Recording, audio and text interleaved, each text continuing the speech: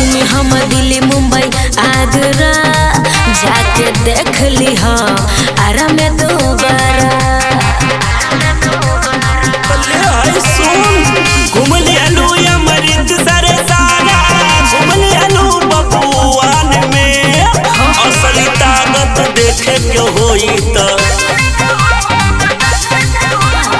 आई हे यूपी के अहिरान में, यूपी के अहिरान में।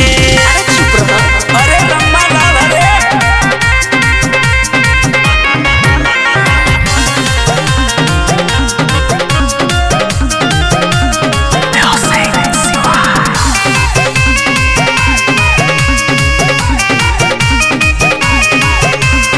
मेरे बदन में जलन है जो ऐसा, आग लगा दूंगी पानी में, जल जाओगे सुन रे फतिंगा, पावर हाउस जवानी में।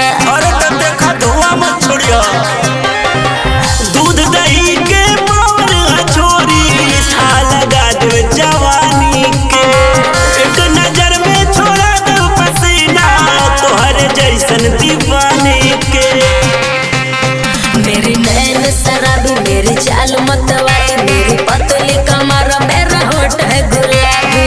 तोरा जैसन कितना न चलिया बसत मेरे दलान में, असली ताकत देखे के होई त आई हे यूपी के अहिरान में, यूपी के अहिरान में। अरे तो बटोरा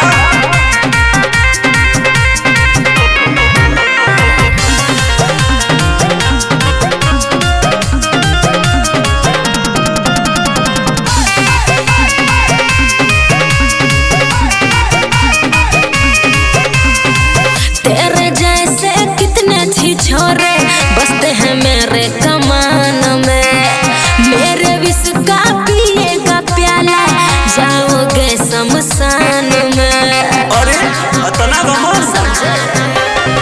विजय दिलीप से पेट भर जाई, गाजीपुरिया जवान से ऐसन खेला नहीं खेला हमारा तू अरमान से। उड़ जुल्फे बहर हमर गोरे गोरे गाल, रोड पर चलेली तो हो जाला बवाल। सूतल शेर जगल बैरानी, पता रही बाजार में, असली ताकत देखे के होई त अरे आओ आई हे यूपी के अहिरान में, यूपी के अहिरान में।